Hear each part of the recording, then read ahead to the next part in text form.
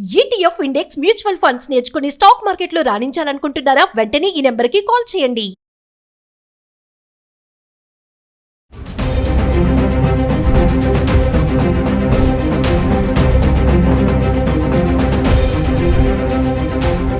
నమస్తే, welcome back to Suman TV. ప్రస్తుతం మనతో పాటు ఉన్నారు consumers affairs committee chairman Mandadi Krishna Reddy గారు. సార్తో మాట్లాడదాం. నమస్తే సార్. నమస్తే అమ్మా. సార్, బంగారం ధరలు మొన్న మనం మాట్లాడుకున్నప్పటికీ 1,00,000 దాటేసింది, 1,10,000 చిల్లర ఉంది. మరి ఈరోజు చూసుకుంటే 1,02,000 చిల్లరకు వచ్చేసింది.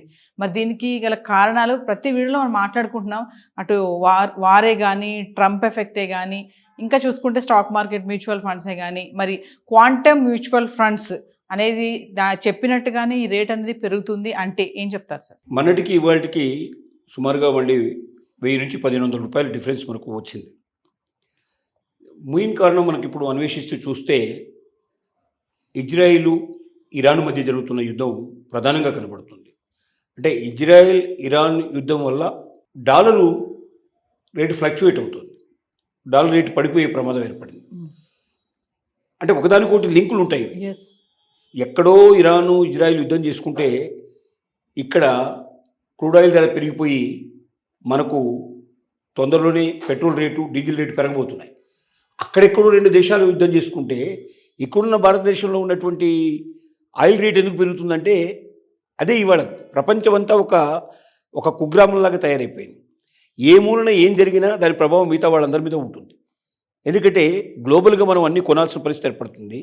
ఎక్కడి నుంచో క్రూడ్ ఆయిల్ మనం తెచ్చుకొని దాన్ని మనం శుభ్రం చేసుకొని మనం డీజిల్ కింద పెట్రోల్ కింద కన్వర్ట్ చేసుకుంటున్నాం. మనం అలాంటప్పుడు ఆ తెచ్చే క్రూడ్ ఆయిల్ రేటే పెరిగినప్పుడు ఆటోమేటిక్గా దాని ఉత్పత్తులన్నీ పెరుగుతాయి. ఇక్కడ జరుగుతున్నది ఏంటంటే ఇజ్రాయిల్ ఇరాన్ మధ్య జరుగుతున్న యుద్ధం లోపల దాని ఫలితంగా డాలర్ రేట్లో జరుగుతున్న ఫ్లక్చువేషన్స్ ఫలితంగా డాలర్ ఎప్పుడైతే పడిపోయే ప్రయత్నం చేస్తే ఆటోమేటిక్గా గోల్డ్ రేట్ పెరుగుతుంది.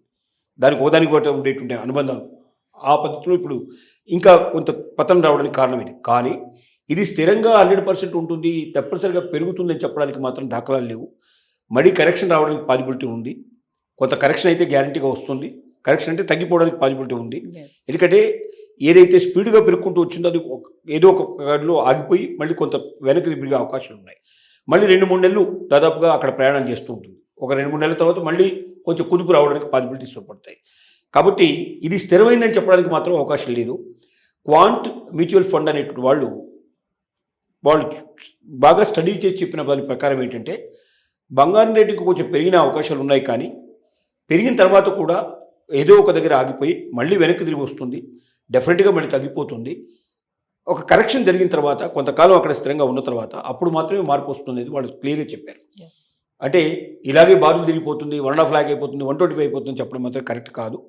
ఇది కొంత దూరం పోయి ఆగి మళ్ళీ వెనక్కి వస్తుందని చెప్తున్నారు. అంటే రేటు పెరుగుతుంది కొంత, కానీ తర్వాత తగ్గే అవకాశాలు ఉన్నాయి. తగ్గి మళ్ళీ కరెక్ట్ అయ్యి కొంతకాలం అందులో ఉన్న తర్వాత అప్పుడు కానీ మళ్ళీ ఏమైనా పెరగడం కానీ తగ్గడం కానీ జరుగుతుంది. కాబట్టి ఇది ఫ్లక్చువేషన్స్ జరుగుతాయి సహజంగా. ఇంకా కొంతకాలం ఇలాంటి ఫ్లక్చువేషన్స్ మనం చూడబోతున్నాం అనేది స్పష్టంగా వాళ్ళు చెప్తున్నారు. కాబట్టి బంగారం ధర తగ్గడానికి కానీ పెరగడానికి కానీ ఒక్క రీజన్ అని చెప్పడానికి వీలుపడదు. ప్రపంచవ్యాప్తంగా ఏ మూలన ఏ సంఘటన జరిగినా దాని ప్రభావం బంగారం మీద ఉండే పడుతుంది. ఇక్కడ బంగారం విలువైనటువంటిది కాబట్టి, ముఖ్యంగా అందరూ కోరుకునేది కాబట్టి, ముఖ్యంగా దేశాలు ఏం చేస్తున్నాయంటే రిజర్వ్ బ్యాంక్ ఆఫ్ ఇండియా లోపల వాటి యొక్క నిల్వలు పెట్టుకుంటున్నాయి.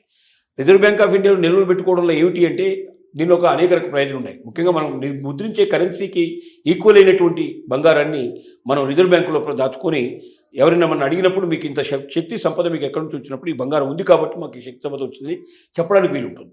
అలాంటప్పుడే ధరల్లో ఫ్లక్చువేషన్స్ రాని పరిస్థితి, మనం పడిపోవాల్సిన పరిస్థితి, మన జీడిపి పడిపోయే పరిస్థితి అన్నీ జరగకుండా మనం రక్షించబడతాయి. ఇష్టం వచ్చేట్టుగా మనం నోట్లు ప్రింట్ చేసుకుని మనం ఎవరికి వాడే వాడటం మొదలు పెట్టుకుంటే దేశాలు అప్పులు తెచ్చుకోవడం ఎందుకు, మనమే నోట్లు ప్రింట్ చేసుకోవచ్చు కానీ చాలామందికి అభిప్రాయం ఉంటుంది. అట్లా అప్పులు తెచ్చుకోకుండా మనం నోట్లు ప్రింట్ చేయడం మొదలు పెడితే దేశంలో డబ్బు విలువ చాలా తగ్గిపోతుంది.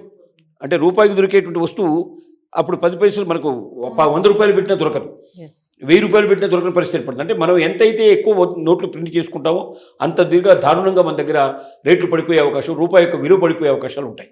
కాబట్టి ఎప్పుడు కూడా రిజర్వ్ బ్యాంకులో ఉండేటువంటి బంగారపు నిల్వలు బట్టి దీనికి మన ప్రింటింగ్ అనేది ఆధారపడి ఉంటుంది. అలాగే ప్రతి దేశం కూడా కొన్ని బంగారు నిల్వలు పెట్టుకుంటాయి. భారతదేశం గణనీయంగా పెట్టుకుంది ఈసారి. మిగతా దేశాలు చాలా దేశాలను మనం వెనక్కు నెట్టేసేసి ఎక్కువ బంగారం మనం నిల్వ చేసుకోగలిగాం. అందుకే కొంచెం భారతదేశం స్థిరంగా ఉండడానికి, పాకిస్తాన్ యుద్ధాన్ని కూడా తట్టుకొని నిలబడడానికి వీటన్నిటి కూడా ఒక రకమైన కారణమైంది. కాబట్టి దేశాలు ఎప్పుడైతే బంగారాన్ని ఎక్కువ కొని నిల్వ పెడుతుంటాయో అలాంటప్పుడు కూడా బంగారం రేట్లలో తేడా వచ్చే అవకాశం ఉంది.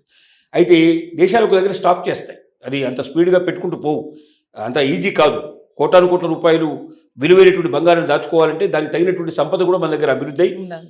అది ఉత్పాదకత పెరిగినప్పుడు మాత్రమే సాధ్యమవుతుంది.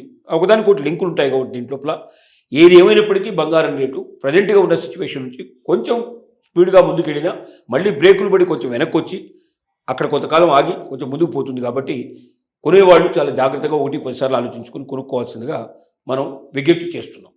Thank you sir.